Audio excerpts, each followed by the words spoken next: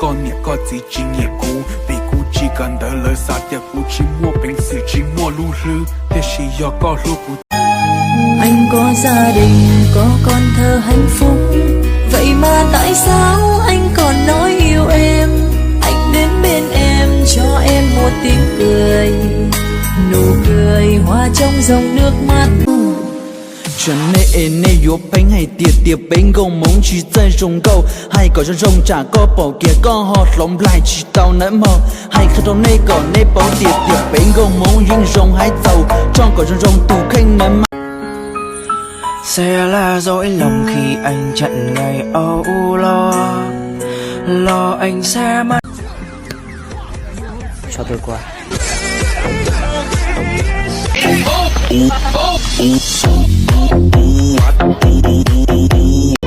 Yêu ai thì không phải khóc á. Em nói thật nhá. Yêu em này, tim này, yêu không?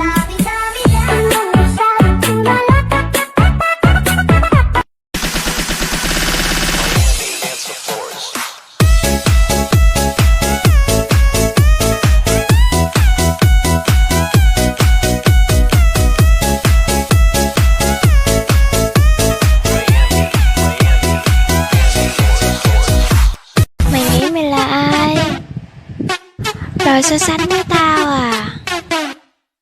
Soi gương đi. Mình ở Lai Châu nhá. Mình ở huyện Nằm Nhùn, mình cách tỉnh chắc khoảng 100 cây.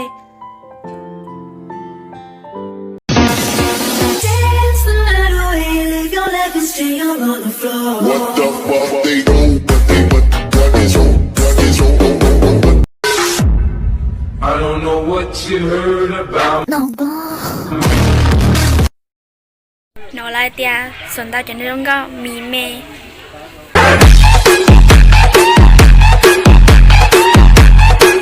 Làm thế nào để tôi có thể theo đuổi anh á?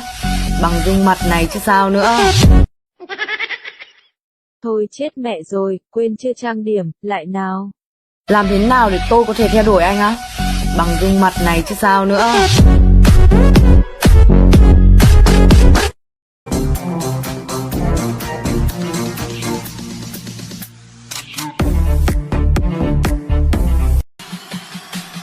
Quân tử nhân ngôn vì lòng mà mất trí, Tuyệt trần nhan sắc vì cặc mà đa tình. hay lắm địt mẹ bạn nhạc.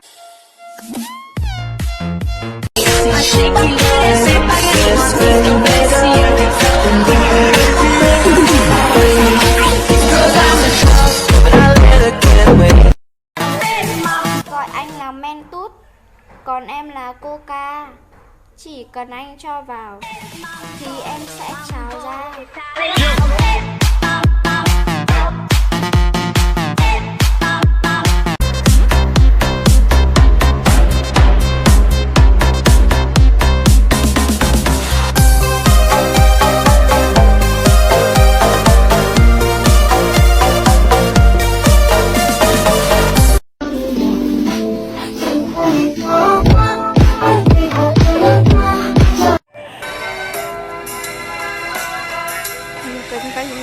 Anh ơi em làm gì sai, sao anh nỡ buông câu dừng lại.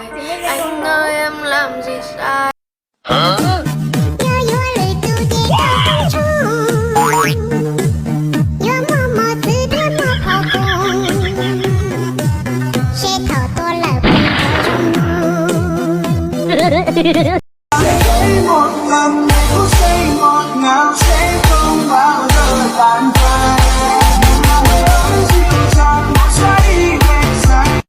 Alo ông ơi, Nghe nè.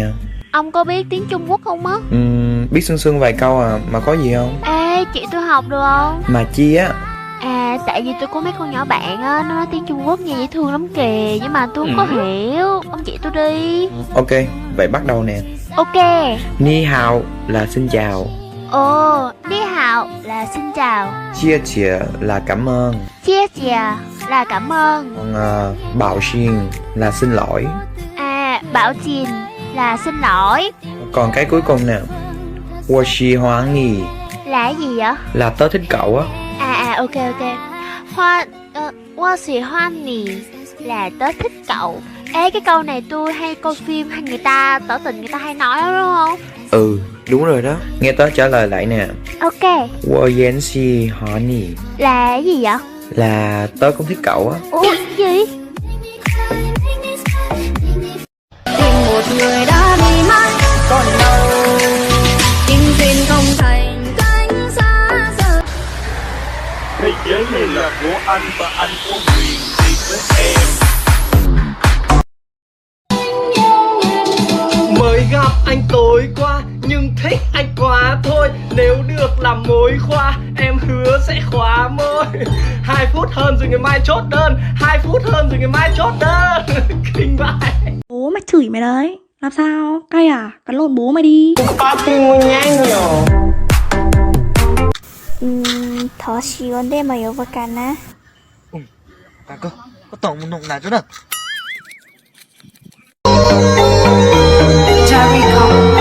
Между нами провода, да-да. Я сказал, иди сюда, и ты сказала, да-да-да. Между нами.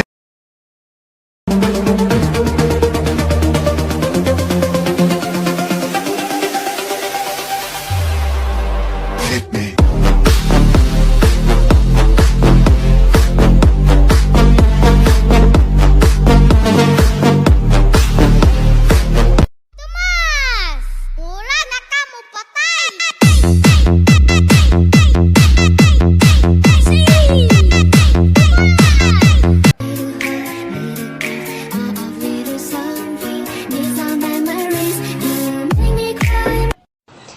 Thế anh cho em hỏi là anh năm nay bao nhiêu tuổi và đã có người yêu chưa ạ? Hay là đã từng yêu ai chưa ạ? Em nói thật với chị nhá, em vừa đi tù về chỗ người yêu.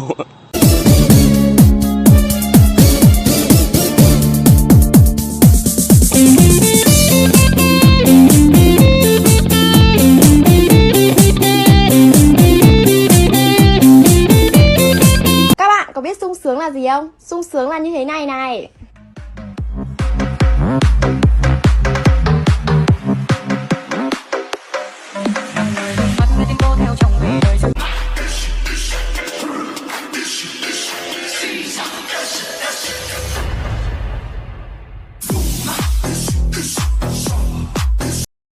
Em là con gái nên chẳng thể nào mà em mạnh mẽ được như anh, nên lời chia tay mà anh nói ra nó đối với em như sét đánh. Anh là con trai nên anh đâu hiểu được những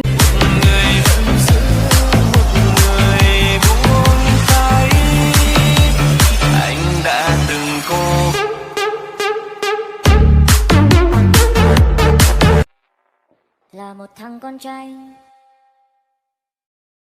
Thằng con trai. Là một thằng con trai nghèo như anh, màu trắng đôi bàn tay, rượu hay không say, vay uống cho vơi đầy. Đây là tôi của ngày xưa tạo dáng chụp ảnh.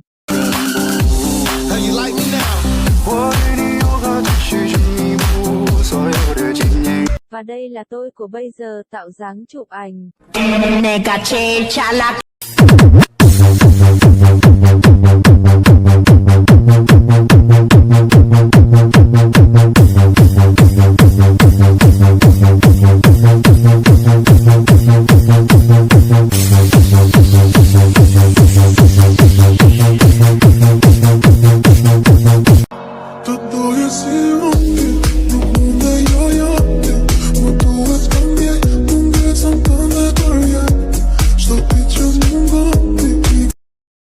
Anh có uống rượu không? Không. Anh có hút thuốc lá không? Không. Thế cái gì anh cũng không, anh có yêu em không? Không. Cái gì? Có. Câu lúc nãy cơ. Có. Không, lúc nãy trả lời khác. Không, anh trả lời đúng thế thì em không biết được mà.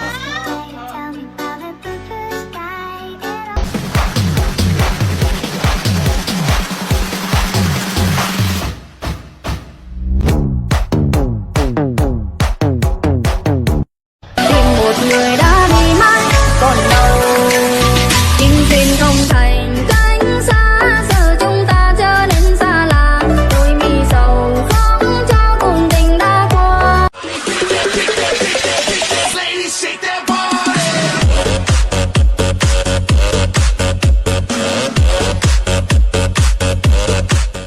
Chào anh, em đứng đây từ chiều, thấy anh đẹp trai quá, cho em làm quen với.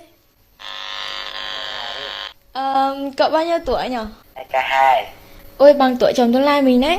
Thế nhà cậu ở đâu ấy? Của em Trà Vinh. Còn đâu? Còn tớ thì ở trong team của cậu ấy. Giờ đây chị đi thả thính đúng không? Ủa, thính là gì vậy? Ăn đúng không cậu? Có ngon như cậu không? Không ơi, tên thật chị là gì? Là vợ. Không tin. Không tin, xuống cái tầng mở sổ hộ khẩu ra, coi có trong đấy không? Gọi đi. Em kêu một lần duy nhất thôi nha. Ơi. Không nghe rõ. Vợ ơi. Cái gì? Vợ ơi. Phải cùng đi đến chốn xa xôi. Ta trải qua giao xứ phong ba bồng trần. Hay có lại sau những năm tháng hết nhau. Cứ buồn tươi cười hoài, đời giống như bức tranh thêm màu sáng tươi. Anh chỉ còn lại những giá lắm. Qua thứ kia của anh chỉ là người luôn sống trong đời chờ. Em sẽ không về đâu. Em sẽ không về đâu. Chờ đợi những giấc mơ.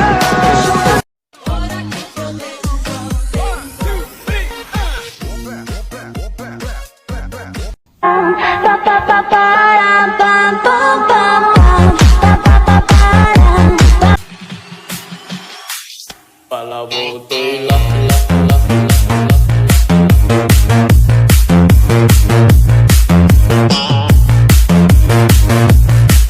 Family Boss.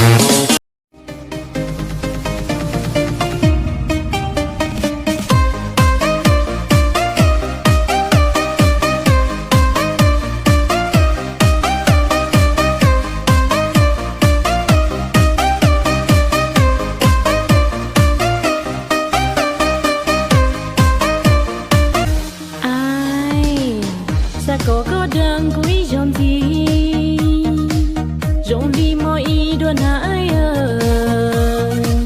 cùng cho chắp là có lu xuống dia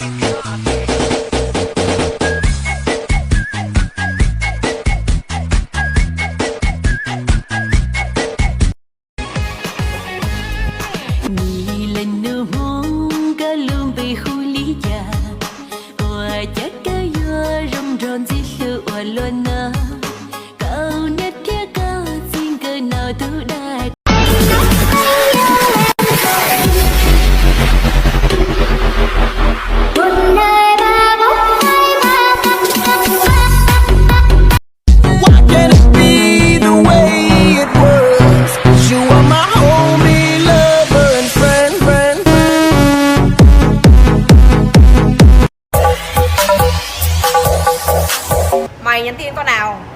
Tao bẻ cổ con đó.